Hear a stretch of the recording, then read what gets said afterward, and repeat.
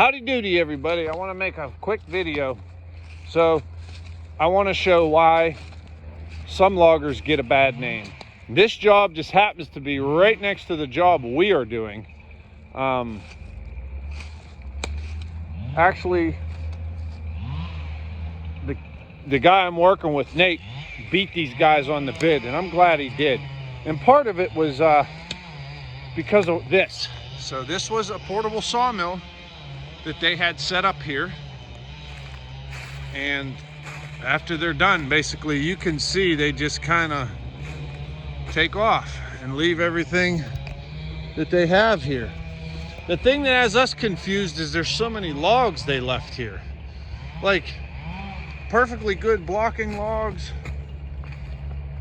There's nothing wrong with that poplar. I mean, that's what, 16, 18 foot long. They cut it and just left it there. And I could see one or two, you know, it's whatever. One or two, sometimes you don't have a load or somebody, you know, cut up for firewood. But, I mean, there's logs laying all over.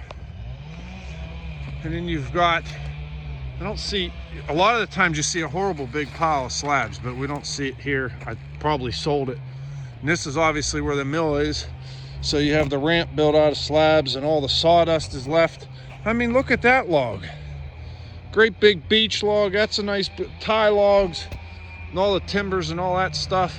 And then the sawdust pile. Like, what do you do with that? That's just, I think that's not cool. That's just not cool. What a mess. I mean, that sawdust will be there for years and years and years. You have to deal with that. The slabs you could burn up, I guess, if you wanted to, or it's just such a shame that they left all that mess. Now for the tops and stuff, that's nothing you can do about that. That's part of the industry. But this is, so when we're done, if you could see off in the distance out there, you see the log loader in the distance, the property line's right in front of Nate there. But when we're done, we'll have a chunk pile, and that's about it. That's all that's left. We close everything up and put it back to how it was before we started.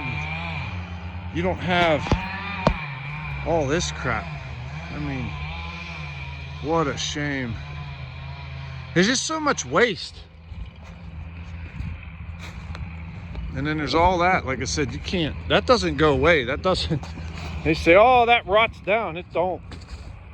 I have a friend that has a camp up in Marionville, property he owns.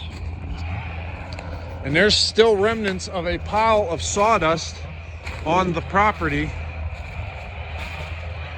from like the early 1900s, late 1800s. It's where they were cutting all the hemlock and the white pine. He had a mill on his property next to a creek, and they call it the red dirt. And yeah, it don't go away.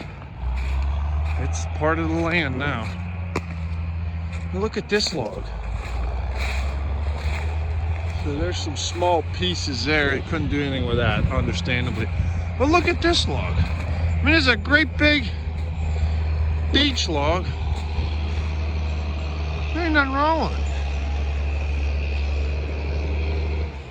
You know, there's a tree stand strap on it. Maybe it had nails in it. I don't know. But holy crap, man. Don't cut the tree if it's got iron in it. So, all right, I got to get back to it.